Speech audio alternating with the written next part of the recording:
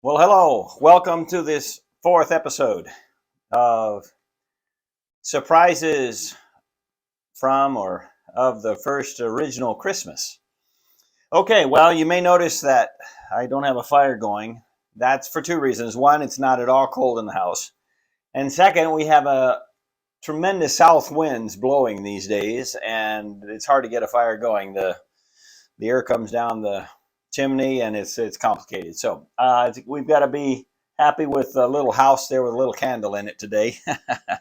And today I have an ensaimada for those of you who are not from here. Ensaimada is a delicious pastry. It's not very sweet. It's got a little sprinkling of sugar, powdered sugar on it, but it's pretty good with hot chocolate. And I have a hot chocolate, which means that this is my first recording. If it gets messed up, I don't take another hot chocolate and I just get cold milk. So most of the time it's been cold milk. Okay, well, let's get to the point here. I hope you've enjoyed the series, assuming that you have watched the first three episodes on the surprises in the Christmas story. So today we're going to go back to, well, we're in Luke actually. We were in Luke for the first sessions, then we went to Matthew because there was a part of the story there that had some surprises with Joseph, and then we came back, and last time we came back to Luke and saw the taxation that surprised, well, probably the whole world, but definitely Joseph, and then also the fact that when they made the trip to Bethlehem, they get to Bethlehem, and Joseph and Mary find out there is no room in the inn. And so they end up, we suppose, in a stable, putting the baby into a manger there. So that was definitely a surprise, I'm sure. And so they are walking through this original story like us, having no idea what's going to happen tomorrow or maybe even around the next corner. But those of us who know the Lord do not have to worry about that. We can relax, we can trust, we can sleep well because we believe and are absolutely sure from, in many cases, many years of experience that God is with us and that He knows exactly what He brings to our life for a purpose. And we don't have to be afraid of that. Okay, so let's go back to Luke. We were in Luke. We ended in Luke yesterday. We ended in verse 7 where they put the baby child into the manger. So now we come to verse 8 in Luke 2. And this is a huge surprise on several levels. It is a surprise really to all of us what happens in verse 8, because the angel of the Lord appears to some shepherds who are there in the area. The verse says, "And there were in the same country shepherds abiding in the field, keeping watch over their flock by night." Why were they watching their flocks by night? That isn't normal. At least they don't do that all the time, or else they might as well not have a house, right? The reason they were watching over the flocks probably was that the baby lambs were being born at that time. We live here in the Basque Country. I've seen hundreds of sheep just today in the different flocks around town. And we know that the traditions here in the Basque Country are very, very similar to the ones in the Holy Land as to what the agenda or what the schedule is for the lambs, for the female flocks, and then the males, and they put them together. They have 5 months of gestation period, and the babies are all born more or less at the same time. And when are they born? They're born about this time of year, that the same as back in Israel. And so here, the shepherds, I know we're in modern times, but still, the shepherds do not spend the nights with their sheep, with their flocks. They have them in rock or fenced in areas. But we have friends who are shepherds, and we've known shepherds through the years, but there is a time when they do spend time during the night with their flocks or with their sheep, or are at least very, very careful and watchful during a certain period. And that is when the first year sheep are the first timers are having their babies. And so, or any sheep that they see that could possibly have some problems in the delivery, or maybe twins, they will often monitor those, and they know when they're going to be born. They know they're going to be born tonight, and so they spend the night. And so most likely that's what was happening here. And these shepherds were watching their flocks because there were a bunch of lambs being born. Now, is that significant or what? That they be watching over lambs being born when they get this message. And so we're coming to verse 9 then. And lo, the angel of the Lord came upon them, and the glory of the Lord shone round about them, and they were sore afraid.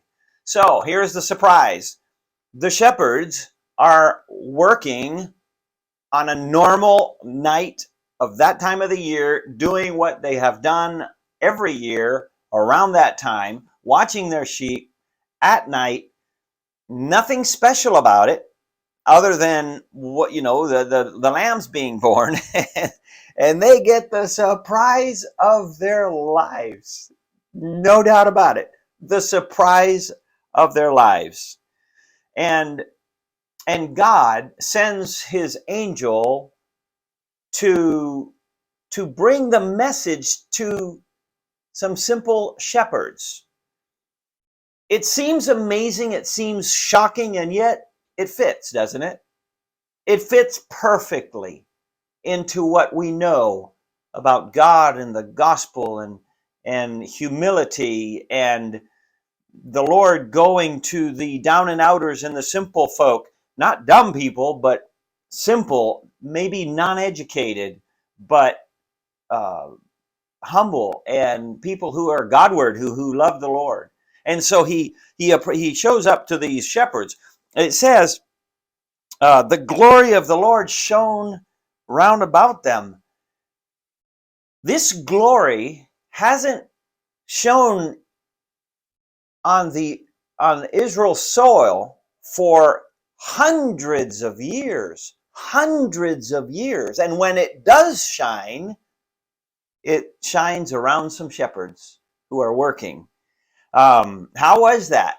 How was that shine? I don't, we can't tell. He doesn't say how many watts was the light that came from the glory of God, But I think of this light that my son Danny, who likes to do a lot of things with electronics, and he does a bunch of things with LED lights of all colors, and yeah, he's always coming up with some new invention. But not too long ago, at the farmhouse, he tried out this LED light that he had put together with 600 watts of light. Okay, the one in our living room is 75, and when you put it on max, because we have a little remote for it, when it's on max, it is strong. This one is 600, almost 10 times stronger. It's like the whole farmhouse lights up. The whole valley seems to be, you can see things all over the place. It's so powerful. How was this? I don't know, but all of a sudden, these maybe sleepy shepherds are completely surrounded by this brilliant light. And surprise of surprises. Well, the next surprise, if we can separate these a little bit, verse 11 says, verse 10, and the angel said unto them, fear not. Of course, they were scared dumb there probably. For behold, I bring you good tidings of great joy, which shall be to all people. For unto you is born this day in the city of David a Savior, which is Christ the Lord. So what is the surprise? The announcement of the Messiah. Abraham and his descendants have been waiting for 4,000 years for the Messiah. And it's announced right then to them, some simple shepherds. And so Yeah, no, they of course they marveled, and they soon took off, but it was amazing that God would not only shine on them with all his glory, but then he would give them this fantastic message. And so the surprise is for anybody who reads it the first time, you know. Here's the story. We have people here who have never really heard the story, and Mimi will tell them to some of the ones that she teaches English to, and it's like, whoa, really? You know, they had no idea. Okay, so our next surprise comes in verse 13.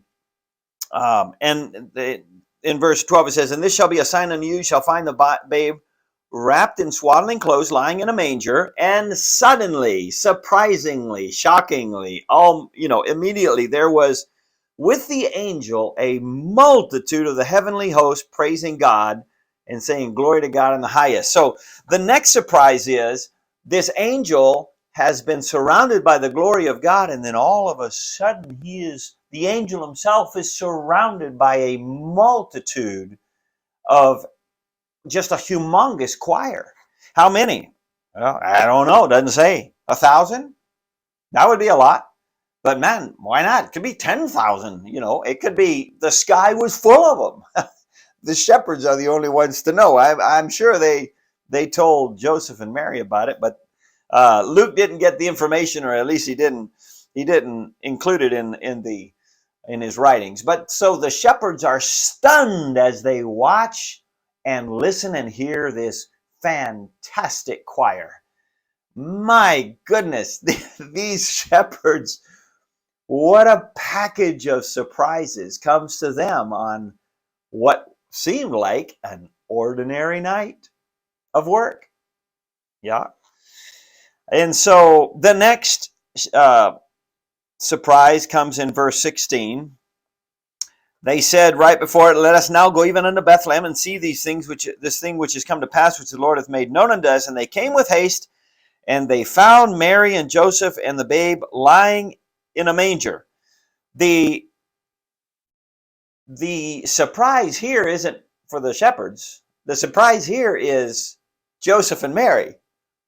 I'm guessing there were some visitors coming to see them, maybe from the inn, or people around there, maybe some relatives who heard about it. I don't know. So they have some visitors, I would assume. But then all of a sudden, this bunch of shepherds come in.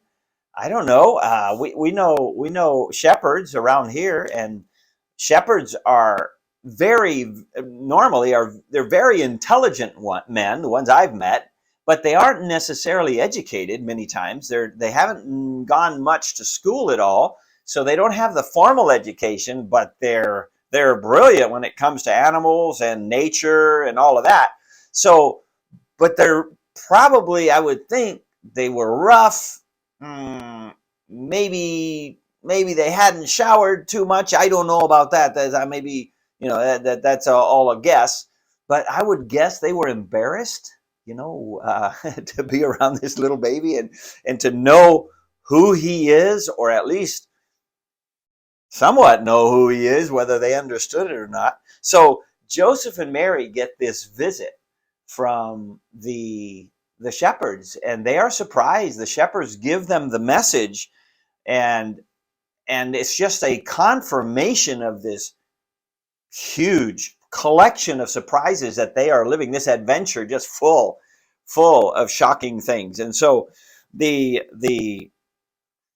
shepherds come in with a message, and then in verse 18, and all they that heard it wondered at those things which were told them by the shepherds. So not only were Joseph and Mary surprised, of course, the entire area, the entire town was surprised because it said, if I remember correctly, they made it known everywhere. Oh yeah, in verse 17, and when they had seen it, they made known abroad the saying. So all over the town, for sure, they were letting you know.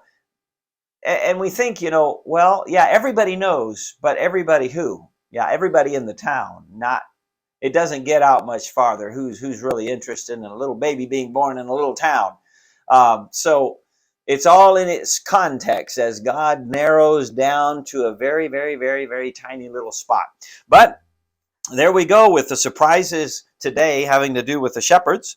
And what an amazing thing that God would surprise humble men who are just working, just doing their job, and have such a tremendous blessing from God. So God blesses us as well. And he surprises us many times as he works out his will through us. So today, as we end, let's go through those lessons to take away. We had the first one on the first day, which was life surprises remind us that we are not in charge. The second one is that when a surprise happens, you know that God is at work when it comes to you from outside your plan, outside your schedule. Number three, not all surprises are pleasant. And then today's is sort of like the flip side of the second one. Surprises in the life of a believer are never random accidents. They aren't. They are part of God's plan that he is working in our lives and through us to bring him glory ultimately, but also to do us good and to move us along the right path. So again, surprises in that first and original Christmas. What a what a blessing to see and read about these shepherds and the night full of surprises that they had. Okay, well, I'm going to finish my ensaimada here and my hot chocolate in a minute. I hope you all are doing well. And Christmas is right around the corner. And I trust you will be enjoying this weekend, especially Christmas Day, which is Sunday, as I hope we'll all be in church where we can worship the King of Kings. Okay, God bless you. Goodbye.